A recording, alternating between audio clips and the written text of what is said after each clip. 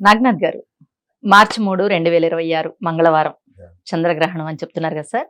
అయితే ఈ గ్రహణం యొక్క ప్రభావం మనిషి యొక్క మానసిక స్థితి, మనుగడ, శ్రేయస్సు మీద చాలా ప్రభావం చూపిస్తుంది అంటూ ఉంటారు.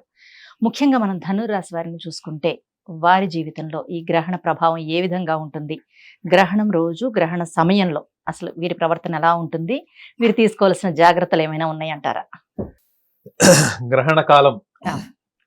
మార్చి 3, 2026 ఉమ్, మంగళవారం రోజు అవును. 3 గంటల 20 నిమిషాల నుంచి 4 గంటల 46 నిమిషాల వరకు గ్రహణ కాలం.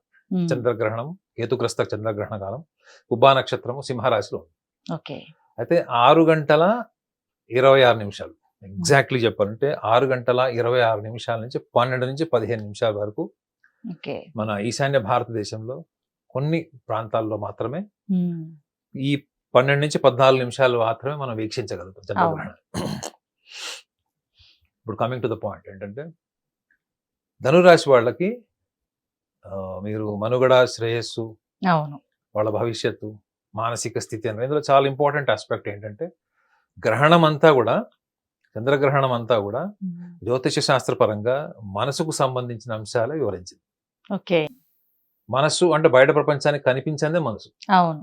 మనిషి ప్రవర్తన లేకపోతే మనసులో ఏముందో ఎవరికి తెలియదు. ఉమ్, భావ వ్యక్తీకరణ వల్ల మీ మనసు ఏంటో తెలుస్తుంది. తెలుస్తుంది. అదర్వైజ్ ఒక సైలెంట్ గా ఉన్న ఫిజికల్ ఫామ్ ని మనము వాళ్ళ అంతర్లీనంగా ఏముందో తెలియదు. తెలుసుకోలేము. కానీ జ్యోతిషంలో ఉన్న గొప్పతనం ఏంటి, ఉట్టి చక్రం చూసి వాళ్ళ మనసుతో చెప్పేయచ్చు. అవును. ఏమండి, ఉమ్, ఉట్టి చక్రం చూసి వాళ్ళ మనసులో ఏముందో తెలిసి చెప్పేయచ్చు. ఉమ్, అదే ధనురాశి వాళ్ళకి ఒక విషయం అర్థం చేసుకోవాలి ఏంటంటే, గ్రహణ కాలంలో ఉమ్, ముఖ్యంగా మార్చి 3వ తారీఖు వాళ్ళ మనసులో ఉన్నటువంటి కొన్ని లక్షణాలని వాళ్ళు అబ్జర్వ్ చేయొచ్చు. ఉమ్, అది ఎలా చేయొచ్చు అంటే, వాళ్ళకి దీర్ఘకాలంగా ఉన్నటువంటి విషయాలు, సుదీర్ఘకాలంగా వాళ్ళు కోరుకున్న వ్యక్తపరచలేనివి, ఉమ్, మనసులో దాచిపెట్టుకున్నవి. ఎందుకంటే ధనురాశి వాళ్ళు ఇంట్రోవర్ట్స్ మేడం, ఓకే. అంతర్ముఖులు. ఉమ్, తొందరగా అందరితో కలిసిపోయి తొందరగా అభిప్రాయాలు మార్చేసుకొని ఎటు పడితే అటు వెళ్ళిపోయేటువంటి లక్షణాలు వాళ్ళకి ఇష్టం ఉండదు. వాళ్ళు ఎదుటి వాళ్ళలో కూడా ఇష్టపడరు. ఓకే. నిజాయితీ, పారదర్శకత అంటే ఉమ్, ఆనెస్టీ, ట్రాన్స్పరెన్సీ, ట్రాన్స్పరెన్సీ ఈ రెండు ఉండాలి. ఇష్టపడతారు. ఉమ్, సో ఈ 2 లక్షణాలు బలంగా ఉన్న వీళ్ళు బయటి ప్రపంచానికి కనపడరు, కానీ చాలా సున్నితము, ఉమ్, తీవ్రమైనటువంటి భావోద్వేగాలతో ఉంటారు వీళ్ళు. ఓకే. చూసే వాళ్ళకి ఎట్లా కనిపిస్తారంటే, వీళ్ళకి షాలో ఎమోషన్స్, అంటే వీళ్ళకి మనసు ఉంది కానీ భావోద్వేగాలు లేవు. ఉమ్, ఇవన్నీ మీకు జ్యోతిష శాస్త్ర గ్రంథాల్లో రాసి ఉంటుంది. ఓకే. అంటే షాలో ఎమోషన్స్ అని ఉమ్, అంటే ఏంటి, మీకు ఏం ఉండదు, పైకి రూపం మాత్రమే ఉంటుంది తప్ప లోపల ఖాళీ ఉంటుంది, డొల్లా ఉంటుంది, అలా అని రాసి ఉంటుంది బుక్ లో. ఉమ్, అవును. అలా అలా అలా కొన్ని గ్రంథాల్లో రాశారు కానీ అది నిజం కాదు. ఉమ్, మీకు ఒక చిన్న లాజిక్ చెప్తాడు. ఇది ఇది అమెరికన్ జర్నల్ ఉమ్, చంద్రగ్రహణ కాలంలో గ్రహణాలు అంటే గురుత్వాకర్షణ శక్తి ప్రభావం భూమి మీద, మనుషుల మీద, మనిషి యొక్క మానసిక స్థితి మీద ఎటువంటి ప్రభావం కలిగి ఉంది అన్న దాని మీద పరిశోధన చేసి ఓకే. యుఎస్ జర్నల్ ఈ డేటా ఉమ్, వెబ్సైట్ లో పెట్టారు.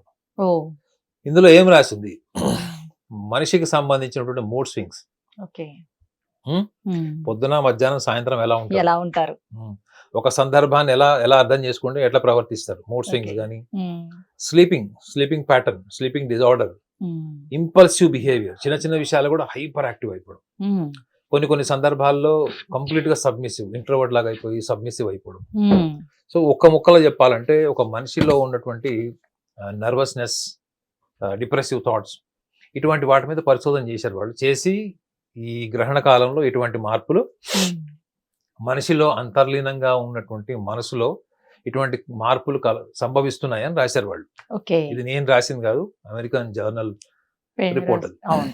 దాని మీద చాలా విస్తృతమైనటువంటి ఇది కూడా జరిగిందండి. ఉమ్, ఇది నాకు షేర్ చేసిన వ్యక్తి కూడా Scotland psychiatrist, head of the department అతను. ఉమ్, సో నేను దీన్ని ఇంకా సూక్ష్మంగా చెప్పాలంటే, నిజంగా చాలా మందిలో ఇప్పుడు మోడర్న్ జనరేషన్ ఉన్నవాళ్ళు, ఇప్పుడు కార్పొరేట్ ఎన్విరాన్మెంట్లో ఉన్నవాళ్ళు ఇవన్నీ కూడా కొట్టిపడేస్తారు. వీటి మీద ఏముంది, అవును. చిన్నప్పటి నుంచి అవే చెప్తున్నారు. పొద్దున్న లేవాలి, శుద్ధి చేసుకోవాలి, గుడికి వెళ్ళాలి, ఉమ్, గ్రహణ కాలంలో భోజనం చేయకూడదు, భోజనం చేసేటప్పుడు మళ్ళీ కొత్తగా వండుకోవాలి, ఫ్రెష్గా అవును. దర్భలు వేసుకోవాలి, ఉమ్, నిల్వ ఉన్న ఆహారం కానీ నీళ్ల మీద కానీ, ఇవన్నీ చెప్తారు. చెప్తున్నారు. అవును. ఇంతకంటే గ్రహణం గురించి ఇంకా ఎక్కువ ఇన్ఫర్మేషన్ రీసెర్చ్ జరగలేదా అంటే, ఆ రీసెర్చ్ జరిగింది. ఉమ్, ప్లస్ దాన్ని లాజికల్ గా మనం ఎలా అర్థం చేసుకోవచ్చు. ఎక్కడో ఈశాన్య భారతదేశంలో ఉంది, రేపు పొద్దున ఇంకొక చోట ఎక్కడో ఉత్తరాఖండ్ లో ఉండొచ్చు, లేకపోతే ఇంకొక చోట ఎక్కడ దక్షిణ భారతదేశంలో ఉండొచ్చు. బట్ ఓవరాల్ గా చంద్రగ్రహణం అంటే భూమి మీద గురుత్వాకర్షణ శక్తిలో మార్పులు వస్తున్నాయి అన్నప్పుడు అది ఒక ప్రాంతంలో ఉన్నప్పుడు ఇంకో ప్రాంతంలో వాళ్ళు ఎందుకు దాన్ని పరిశీలించకూడదు, ఎందుకు దాన్ని పరిగణలోకి తీసుకోకూడదు. నేను ప్రతి రాశి వాళ్ళకి చెప్తున్నాను ఎగ్జాంపుల్. ఇది మనకి భూమి 360 డిగ్రీస్ అనుకుందాం, 360 డిగ్రీస్ ఆఫ్ ఎర్త్. దీన్ని మనం కొంచెం సేపు మనం భారతదేశం అనుకుందాం. దీనిలో దీన్ని మనం ఇది రౌండ్ షేప్ లో 360 డిగ్రీస్ ఉంది. దీనిలో మనము దీన్ని ఈ బాల్ లో మనం ఏ ప్రాంతంలో మనం బలంగా దీని ఒక వికెట్ తో గానీ లేక బ్యాట్ తో గానీ కర్రతో కొట్టినా ఇది మొత్తం బాల్ అంతా వైబ్రేట్ అవుతుంది అనేది ఒక స్కూల్ పిల్లవాడు కూడా చెప్తాడు. ఎక్కడైతే బలంగా తగులుతుందో చూడండి, ఒక చోట బలంగా తగులుతుందో ఈ తగిలిన చోట మాత్రం దాన్ని కొంచెం చిప్ రైజ్ అవ్వడం, కొంచెం డ్యామేజ్ అవుతుంది, దాని క్వాలిటీలో మార్పు వస్తుంది. ఈ హిట్ అయిన ప్రాంతం ఏంటి అంటే మనం ఇప్పుడు ఏదైతే ఈశాన్య భారతదేశంలో మనమైతే వీక్షిస్తున్నాం చూడండి. ఓకే, ఈశాన్య భారతదేశంలో మనం వీక్షిస్తున్నప్పుడు చంద్రగ్రహణం అది 12-14 నిమిషాల నుండి అది ఒకటే స్పాట్ అనుకోండి. బట్ మిగతా అంతా వైబ్రేషన్, గ్రావిటేషనల్. సో ఈ మిగతా ఏరియా అంతా కూడా ఎందుకు కాదు, ఇలా అయినప్పుడు ప్రతి చంద్రగ్రహణం వచ్చిన ప్రతి టైంలో కూడా మనుషుల మీద తీవ్రమైనటువంటి మార్పు ఉంటుంది. మరి ఆ మార్పుని మనం గమనిస్తున్నామా లేదా? మనం ఎందుకు గమనించట్లేదు అంటే మనం గ్రహణము అంటే ఫిక్స్ అవుతాం ఏంటంటే మనము ఆ రోజు సాంప్రదాయబద్ధంగా పాటించాల్సిన ప్రోటోకాల్ ఫాలో అవుతున్నాం. అంతకంటే అంటే everything related to the biology. అంటే శరీరం శుద్ధి జరుగుతుంది, ఇంట్లో పాత్రలు శుద్ధి జరుగుతుంది, ఆహార శుద్ధి జరుగుతుంది, పాత్ర శుద్ధి జరుగుతుంది. మనసుకు దగ్గరకు వచ్చేటప్పటికి అటువంటి విశ్లేషణ మన దగ్గర లేదు. కానీ జ్యోతిష్యంలో లేదా? ఉంది. జ్యోతిష్ శాస్త్రంలో పుట్టుకతో వచ్చినటువంటి స్వభావం, బై బర్త్ ఇన్స్టింక్ట్, ఇది అచేతనంగా ఉంటుంది. ప్రతిరోజు మనం ఇన్స్టింక్ట్ తో బతకమండి. అది పరిస్థితులు, ఎన్విరాన్మెంటల్ ఫ్యాక్టర్, పీపుల్, ఈ ఎన్విరాన్మెంట్ లో ఉన్నప్పుడే ఆ ఇన్స్టింక్ట్ బయటకు వస్తుంది. సో ధనురాశి వాళ్ళకి బై బర్త్ ఇన్స్టింక్ట్ ఏంటి, వాళ్ళలో ఉన్నటువంటి అచేతనంగా ఉన్నది ఏంటి, అది వాళ్ళు చేతనంగా వాళ్ళు కంట్రోల్ చేసుకోలేంది. That you cannot control through your conscious behaviour, that adheres in your unconsciousness. ఈ అన్కాన్షియస్నెస్ లో ఉన్నటువంటి లక్షణం ఏంటి, పుట్టుకతో వచ్చింది ఏంటి అంటే వీళ్ళకి ఫస్ట్ ప్రణాళిక ఉండదు. అంటే ఏంటి, వీఆర్ మోర్ న్యాచురల్ బీయింగ్స్.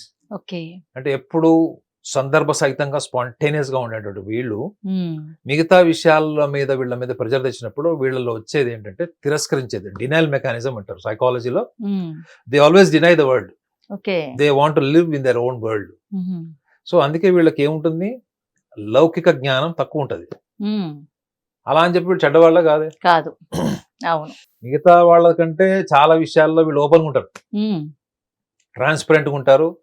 వాళ్ళు ఏంటో మీకు తెలిసిపోద్ది కూడా ఒక గంట సేపు మాట్లాడితే. వాళ్ళు మొత్తం లాస్ట్ ఆ 20 ఏళ్ల చరిత్ర కూడా చెప్తారు మీరు ఒక క్వశ్చన్ అడిగితే. సో వాళ్ళు కొత్త పాత లేదు, అందరితో స్పాంటేనియస్ గా న్యాచురల్ గా ఉంటారు వాళ్ళు. But at the same time వాళ్ళు ఇంట్రోవర్ట్స్ కూడా. చాలా సెన్సిటివ్ మ్యాటర్స్ కానీ ఫ్యామిలీ మ్యాటర్స్ కానీ ఎక్స్ప్రెస్ చేయరు. సో వీళ్ళు ఈ హైపర్ సెన్సిటివిటీ వల్ల వీళ్ళు ఎంత సెన్సిటివ్ అంటే వీళ్ళకి ఏదన్నా కుటుంబ సమస్య కానీ వాళ్ళకి ఏదన్నా తట్టుకోలేనటువంటి సమస్య వస్తే వాళ్ళ ఆర్గన్స్ కూడా ఎఫెక్ట్ అయిపోతాయి. They are so sensitive.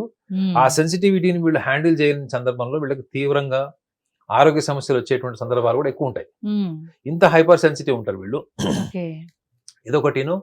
రెండోది వీళ్ళ స్వభావంలో మీకు సర్వసాధారణంగా కనిపించేది ఏంటంటే వీళ్ళు ఎప్పుడు కూడా వీళ్ళకి తిరగబడే స్వభావం ఉంటుంది మేడం. చూడండి, సాఫ్ట్ స్పోకన్ ఉంటారు, ఇంట్రోవర్ట్స్ ఉంటారు, కానీ సోషల్ ఇంజస్టిస్ జరిగిందా, ఫ్యామిలీ పర్సన్ ఇంజస్టిస్ జరిగింది అనుకోండి, వీళ్ళు తీవ్రంగా స్పందిస్తారు, అనవసరమైన విషయాల్లోకి వెళ్ళిపోతారు. తీవ్రంగా ఒక స్థాయికి వెళ్ళిపోయిన తర్వాత మళ్ళా ఆత్మరక్షణలో పడి మళ్ళా వెనక్కి రావాలనుకుంటారు. సో ముందుకు ఎందుకు వెళ్తారు, వెనక్కి ఎందుకు వస్తారు, అది పరిస్థితుల వల్ల వెళ్ళిపోతారు. మళ్ళా వెనక్కి రావాలనుకుంటారు, ఆత్మ పరిశీలన చేసుకుంటారు. వేరే వాళ్ళతో లాజికల్ డిస్కషన్ పెట్టారనుకోండి, వీళ్ళు ఒక కోర్టు కేసు వేయాలనుకుంటారు, కోర్టు కేసు వేస్తారు, దాని మీద వాదాలు నడుస్తూనే ఉంటాయి. ఎవరో ఒకళ్ళు ఇంటలెక్చువల్ పర్సన్, ఫిలాసఫికల్ పర్సన్ లేకపోతే సైకాలజిస్ట్ వచ్చినప్పుడు అదే విషయాన్ని వీళ్ళు చర్చించినప్పుడు బహుశా నేను అట్లా చేసి ఉండేది లేదేమో అనుకుంటారు. అంటే వీళ్ళు ఆల్రెడీ ఆ జర్నీలో వెళ్ళిపోవడం కారణం ఏంటి, అచేతనంగా ఉన్న స్వభావం. ఓకే. అచేతనంగా ఉండే స్వభావం గుర్తుపెట్టుకోండి మేడం. అవును. ఎన్విరాన్మెంట్, పరిస్థితులు, వ్యక్తులు మిమ్మల్ని ప్రొవోక్ చేసినప్పుడు హ్మ్. మీకు తెలియకుండానే యూ విల్ బి డ్రివెన్. మీరు వెళ్ళిపోతారు. ఓకే. అర్థమైందా? అవును. మీరు హ్మ్. బండ మీద మీకు ఒక ఫ్లోర్ మీద మీకు ఆయిల్ వేసినప్పుడు దాని మీద కాలు పెట్టి నడిస్తే ఎలా ఉంటది జారిపోతూ ఉంటాయి. పరిస్థితులు? హ్మ్. సో వీళ్ళు పరిస్థితులకి ఎప్పుడు వీళ్ళు సరెండర్ అయిపోతారు, ఎప్పుడు వీళ్ళు బానిసలు అయిపోతారు అనుకుంటే టూ టూ ఆస్పెక్ట్స్ లో అవుతారు. హ్మ్. ఒకటి, వీళ్ళని ఎవరైనా ఈజీగా మోసం చేయడానికి ఫాల్స్ అప్రిసియేషన్ చేసి వీళ్ళని ట్రాప్ చేయొచ్చు. ఓకే. డబ్బులు ఇన్వెస్ట్మెంట్ చేయించడం కానీ అవును. వీళ్ళ స్వభావానికి విరుద్ధమైన పనులు చేయించవచ్చు. అది హ్మ్. ఎప్పుడు ఫాల్స్ అప్రిసియేషన్. రెండోది, సోషల్ పర్సనల్ ఇంజస్టిస్ జరిగినప్పుడు హ్మ్. ఈ రెండు విషయాల్లో వీళ్ళ కంట్రోల్ ఉండదు. హుహు. 10 మందిలో 9 మందికి రాసిస్తాం మేడం. ఓహ్! 10 మందిలో 10 అంటే మళ్ళీ మన అవును. వ్యూవర్స్ తిట్టుకుంటారేమో కానీ 10 మందిలో 9 మందికి ఈ రెండు భావోద్వేగాల పరంగా వచ్చిన సమస్యలే వాళ్ళ జీవితంలో 60% వాళ్ళు ఫేస్ చేస్తారు. హ్మ్. సో వీళ్ళు జస్టిస్ కోసం ఎంత తీవ్రమైనటువంటి స్థాయికి కూడా అనాలోచితంగా వెళ్ళిపోతారు. వాళ్ళకి ఓకే. తెలిసింది ఏంటంటే ఇది రైట్, ఇది రాంగ్ అంతే. హ్మ్. కానీ అక్కడ సందర్భము, లౌక్యము ఉండదు. డామినేట్ చేయదు. అవును. వీళ్ళ హ్మ్. ఎమోషన్ అక్కడ ఎందుకు డామినేట్ చేస్తుందంటే వాళ్ళు సెన్సిటివ్ అవ్వడం వల్ల అంత డీప్ గా, మీరు ఎంత డీప్ గా హర్ట్ అవుతారో మీ ఓకే. భావోద్వేగాలు అంత అంత సివియర్ గా బయటకు వస్తాయి. హ్మ్. That is what psychology says. అవును. సో హ్మ్. అలాంటప్పుడు వీళ్ళకి కంట్రోల్ లేనిది ఏంది అచేతనంగా అంటే ఈ రెండు విషయాలే. ఓకే. సో వీళ్ళు గనక ఆల్రెడీ వీళ్ళకు ఉన్నటువంటి ఈ రాశి వాళ్ళకి రాశి హ్మ్. రీత్యా చూస్తే వీళ్ళ రాశ్యాధిపతి ఎక్కడ ఉంటాడు వీళ్ళకి? సప్తమ భావంలో, మిథునంలో, శత్రుస్థానంలో ఉంటాడు. హ్మ్. చతుర్థ భావంలో శని, తృతీయ ఓకే. భావంలో రాహు, భాగ్యంలో కేతు, హ్మ్. గోచారం. గోచారంలో. సో హ్మ్. అలాంటప్పుడు చూడండి, చతుర్థ భావం అంటే ఏంటి? అర్ధాష్టమ శని. అవును. సప్తమ భావంలో గురువు, అంటే తన ఓన్ రాశి, ధనురాశికి స్వీయ రాశి హ్మ్. పోయి రాజు ఎక్కడున్నాడు? అధిపతి మిథున రాశిలో ఉన్నాడు. ఓకే. సో ఎంత కాదనుకున్నా కానీ వీళ్ళ సొంత నిర్ణయాలు, ఆలోచనలు, ఆవేశపూరితమైనవన్నీ కూడా హ్మ్. కోర్టు, ఫ్యామిలీ డిస్ప్యూట్స్, లేకపోతే లీగల్ ఇష్యూస్ ఇవన్నీ ఉంటాయి చూడండి. అవును. వీళ్ళకి అక్కడ ఉన్న సందర్భాన్ని హైపర్ సెన్సిటివ్ గా, అప్పుడున్న సందర్భాన్ని మాత్రమే పరిశీలించి సమస్యల్లో హ్మ్. ఇరుక్కున్న వాళ్ళు ఎవరైతే ఉంటారో వాళ్ళకి ఈ వీడియో పనికొస్తుంది. అవును. Family disputes, wife and husband disputes, or else anything related to the property, హ్మ్. వీటికి సంబంధించిన విషయాల్లో వీళ్ళు ఉంటే మాత్రం వీళ్ళు ఖచ్చితంగా వీళ్ళు ఒక పని చేయొచ్చు. ఏంటంటే ఒకవేళ ఏ మాత్రం వీళ్ళకి అందులో విత్డ్రాయల్ ఆప్షన్ ఉందనుకోండి, హ్మ్. వీళ్ళకి విత్డ్రా అవ్వాలని ఉంటుంది కానీ వీళ్ళు ఈగో అడ్డొస్తుంది. ఓకే. మనం ఎందుకు దిగాలి ఒక మెట్టు? హ్మ్. కాబట్టి వీళ్ళకి ఎప్పుడైనా ఒక ఇంటలెక్చువల్ మెంటార్ ఉండాలి మేడం. ఓకే. వీళ్ళు లైఫ్ లాంగ్ సజెషన్ ఇది. వీళ్ళకి అవును. ఎప్పుడు ఒక ఇంటలెక్చువల్ మెంటార్ ఉండాలి. లేకపోతే వీళ్ళు ఇదే ఆవేశంతో పోతారు. హ్మ్. ఒకటి డిస్కనెక్ట్ అయినా చేస్తారు, లేకపోతే లీగల్ గానే ప్రొసీడ్ అయ్యి యుద్ధం చేస్తారు. ఓకే. అనవసరంగా వృశ్చిక రాశి వాళ్ళు నిందలు మోస్తున్నారు ఏంటంటే రివెంజ్ హ్మ్. మైండెడ్ అని. హ్మ్. కానీ వీళ్ళకు ఉన్న ఆవేశానికి వీళ్ళు ఎక్కడికో వెళ్ళిపోతారు. వీళ్ళు ఓకే. కంట్రోల్ చేయలేరు. హ్మ్. సో గ్రహణ కాలంలో వీళ్ళు గమనించాల్సింది ఏంటంటే మీకు ఇటువంటి legal, family, property disputes, life partner disputes ఏమన్నా ఉన్నాయి, మీకు ఏ మాత్రం ఒకవేళ ఆప్షన్ ఉంది మీకు ఉంది. అనుకుంటే మీరు దాని నుంచి మీరు డిస్కనెక్ట్ అవ్వడానికి మీరు ఓపెన్నెస్ చూస్ చేసుకోండి. ఓకే. ఎందుకంటే మీరు ఆల్రెడీ మీకు మీ లోపల భావోద్వేగాలు అచేతనంగా ఉన్నవని డామినేట్ చేస్తున్నాయి. హ్మ్. సొల్యూషన్ ఏంటి మరి? వాటిని విత్‌డ్రా చేసుకోవాలా మీ సార్? ఈ హైపర్ సెన్సిటివ్నెస్ ఇంకా అవును. సివియర్ అవుతుంది, హ్మ్. ఇంకా ఎక్స్ట్రీమ్ లెవెల్కి వెళ్తుంది.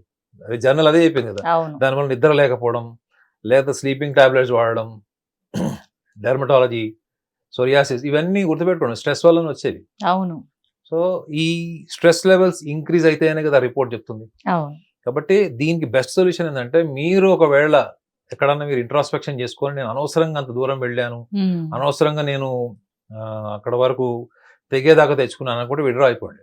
ఓకే. ఈ సమాజం, చుట్టుపక్కల మనుషులు, భార్య భర్తలు, ఎవరైతే మనకి ఎన్విరాన్మెంట్ నుంచి మనం ఇన్ఫ్లుయెన్స్ చేస్తారో హ్మ్. వాళ్ళు మీ మనశ్శాంతిని మాత్రం తేలేరు. అవును. ఎందుకంటే మీ బై బర్త్ నేచర్ ఏంటంటే యువర్ హైపర్ సెన్సిటివ్. అవును. మీ హైపర్ సెన్సిటివిటీని దృష్టిలో పెట్టుకుని ఎవరు ప్రవర్తించడు. హ్మ్. వాడు ప్రవర్తించలేదని చెప్పి ప్రతిదానికి మీరు ప్రతిఘటించలేరు కదా. అవును. ఇది లౌక్యానికి సంబంధించింది. So yes. సెల్ఫ్ విడ్రాయల్ హ్మ్. Best solution. ఒకవేళ ఓకే. మీకు ఏమాత్రం పాసిబిలిటీస్ ఉన్నా మీరు గ్రహణ కాలంలో గమనించండి. హ్మ్. మీరు ఇంట్రాస్పెక్షన్ చేసుకుంటున్నారా, హ్మ్. లేకపోతే ఇంకా తీవ్రమైన స్థాయికి వెళ్తున్నారు? ఈ రెండు విషయాలు గమనిస్తే వీళ్ళకి బెస్ట్ సొల్యూషన్ ఏంటంటే ఈ డిస్ప్యూట్స్ ఏవైతే ఉన్నాయో వీటి నుంచి వీళ్ళు విడ్రా అయిపోవడం బెటర్. ఓకే. ఎందుకు విడ్రా అయిపోయింది అనుకోండి, వీళ్ళు ఎప్పుడు స్వతహాగా వీళ్ళు వాళ్ళ స్వేచ్ఛా జీవితం గడపడానికి ఇష్టపడతారు. హ్మ్. వాళ్ళకి నచ్చినటువంటి ట్రావెలింగ్, షాపింగ్, గార్డెనింగ్, హ్మ్. ఇంటీరియర్, ఇటువంటివి ఇష్టపడతారు. ఎవరైతే ఎక్కువ Okay. న్యాచురల్ గా ఉంటారో వాళ్ళతో బాగుంటారు వీళ్ళు. ఉమ్, ఈ న్యాచురల్ లైఫ్ పోతుంది అంటే మీరు దేనికి దగ్గర అవుతున్నారు? ఉమ్, మానసిక రుగ్మతలకి. అవును ఆ రిపోర్ట్ అదే చెప్పింది కదా. అవును వాళ్ళైతే ఇంకా స్లీపింగ్ డిజార్డర్, బైపోలర్ డిజార్డర్ వాళ్ళ మీద కూడా చేశారు వాళ్ళు. ఎస్ సో మనం ఎందుకు వెనక్కి వెళ్ళిపోతున్నాము, మనం ఎందుకు దాని మీద మనం కంట్రోల్ తెచ్చుకోలేకపోతున్నాం అంటే మనకి గ్రహణ కాలంలో చెప్పిన విషయాలన్నీ కూడా భావోద్వేగాల పరంగా మీరు బానిసలు అయిపోతారు, లేకపోతే మీరు కంట్రోల్ చేయలేనటువంటి ఎమోషన్ సెన్సిటివ్నెస్ కి వెళ్ళిపోతారు అనేది. అవును ఇది వాళ్ళు చేసిన రీసెర్చ్ అది. ఉమ్, కానీ జ్యోతిషం దాన్ని ఇంకా సింప్లిఫై ఏం చేస్తుందంటే మీరు జన్మరాశి బట్టి మీరు అచేతనంగా పుట్టుకతో వచ్చిన స్వభావాన్ని మీరు సవరించుకోండి అని చెప్తారు. అవును ఓకే దాని మీద మీరు ఫోకస్ చేస్తే ఏముంది, నెక్స్ట్ కాన్సిక్వెన్సెస్ మీ కంట్రోల్ ఉంటాయా లేదా చెప్పండి. అంతే ఉంటాయి సార్. సో రిపోర్ట్ రాయండి ఒకటి, గ్రహణ కాలంలో ముఖ్యంగా ఆ రోజు 3rd మార్చ్ రోజు రాయండి. 3rd మార్చ్ వరకు మీరు అప్పటి వరకు ఫేస్ చేసిన కాన్సిక్వెన్సెస్ అన్ని కూడా అనాలిసిస్ చేసుకోండి. ఆ రోజు మీరు తీసుకునే నిర్ణయాలు మీకు ఖచ్చితంగా ఈ 2 లక్షణాలని బేస్ చేసుకొని తీసుకుంటే okay next impending time 6 months to 1 year లో అప్పటి వరకు పరిష్కరించబడినటువంటి ఎన్నో సమస్యలకి ఇప్పుడు ఖచ్చితంగా మీకు ఒక విండో ఓపెన్ అవుతుంది.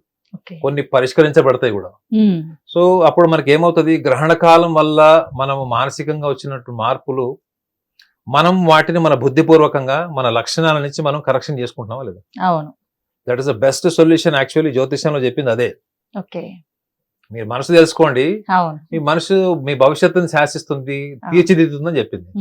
మనం మనసును పక్కన పెట్టేసి భవిష్యత్తు మాత్రమే తెలుసుకుంటాం. తెలుసుకుంటున్నాం. అవును లేదంటారా ఇక మళ్ళీ అటు తిప్పి ఇటు తిప్పి మనం సంప్రదాయాలకు మాత్రమే పరిమితం అవుతున్నాం. ఓకే చిన్న రీసెర్చ్ ఇన్ఫర్మేషన్ వీళ్ళు ఇంప్లిమెంట్ చేసి చూడమనండి.